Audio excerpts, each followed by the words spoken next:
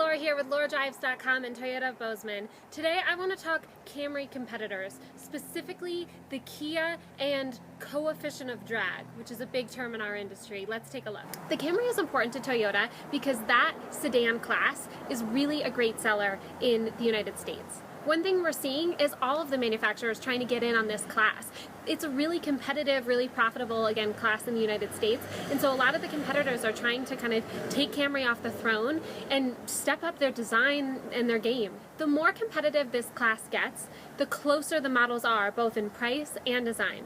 What I want to talk about today is coefficient of drag, and that means how the aerodynamics are in the car, which relates directly to fuel economy. Now, we know that fuel economy is a huge motivator in a class that, again, is really competitive in regard to size, in regard to gas mileage, and price. One way we see manufacturers trying to do well with gas mileage is trying to lower this coefficient of drag. This is the newest model, Kia Optima. It has a coefficient of drag of 0.27, and I want to show you what that looks like, specifically when we talk about rear passenger and that rear roofline.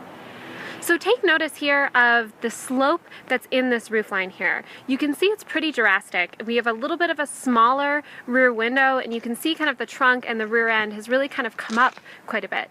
Now again, this is what seems to be effective in the wind tunnels for controlling airflow and getting you better mileage. What I want to point out is how much headroom you're losing when you talk about rear passengers. And this is important because a lot of people in this class do have rear passengers. That's part of why they have a sedan, whether it's kids or whether they carpool.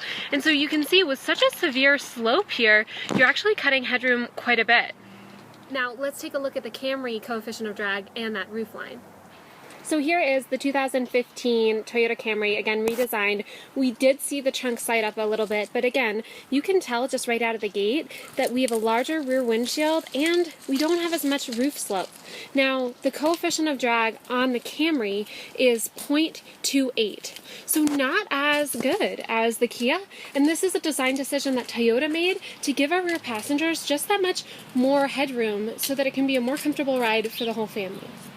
What I'm really hoping to do by shedding light on this coefficient of drag and design choice that Toyota made is consider everything when you're shopping for a vehicle. What are you giving up and what are you gaining?